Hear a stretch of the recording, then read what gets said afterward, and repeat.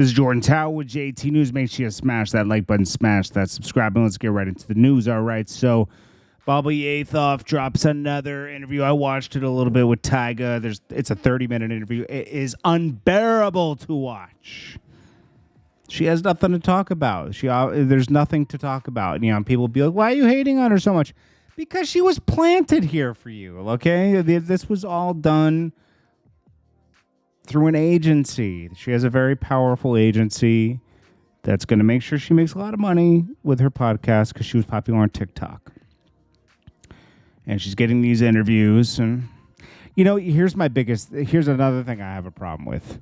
So Funny Marco is kind of the culture more, right? Just of hip hop, right?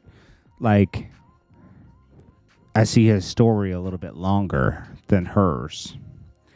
Why didn't they tap him to do this? You know, like, I think he would have been a lot more interesting and asked a lot more funnier questions. Like, probably would have questioned Tyga about repossessions and stuff like that and made funny jokes about that in the past. It would have been funny.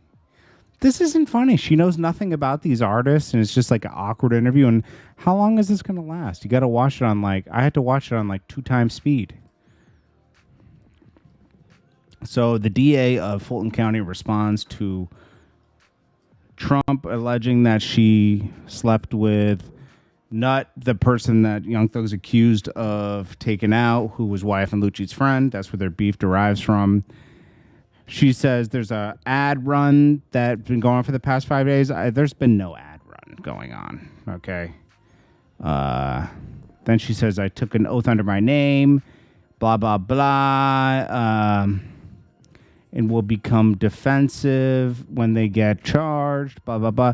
We have no personal feelings against those we investigate or prosecute. This is business? Business? That said a lot when she said this is business. This isn't business. This is upholding the law, if anything. It's not business. Business is a transaction. So this means that this is political. And what's the thing with Young Thug? That's personal. I don't know.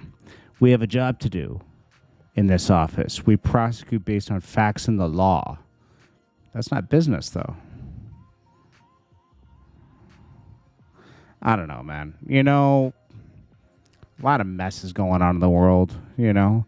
Young Thug, they don't have a good case against them. I really don't think they have a lot of evidence on him.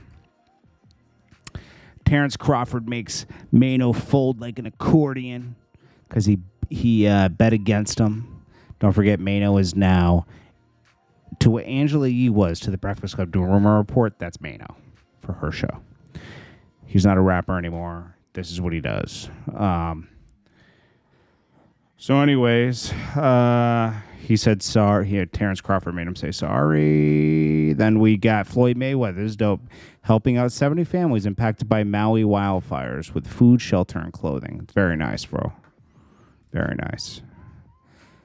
Sexy Red and Sukihana, they're like the new super team. They got another anthem coming for you guys.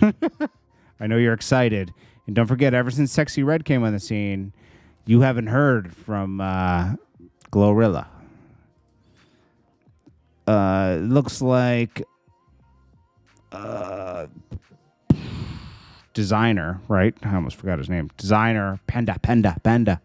We haven't heard. He, for, taking his meat out on the plane, he had to, be on probation or something. He violated by failing a drug test. I thought this was funny. I was reading this Tory Lanez. I forgot that he, I know his thing's called Umbrella Entertainment, but I forgot he calls his fans umbrellas. Can you imagine calling your fans like an object? Like, hey, guys, like, what have I called you guys? The phone chargers. Hey, phone chargers. Hey, hammers. Hey, forks. What's going on, forks? Hey, wheels. It's like, come on, bro. It's weird.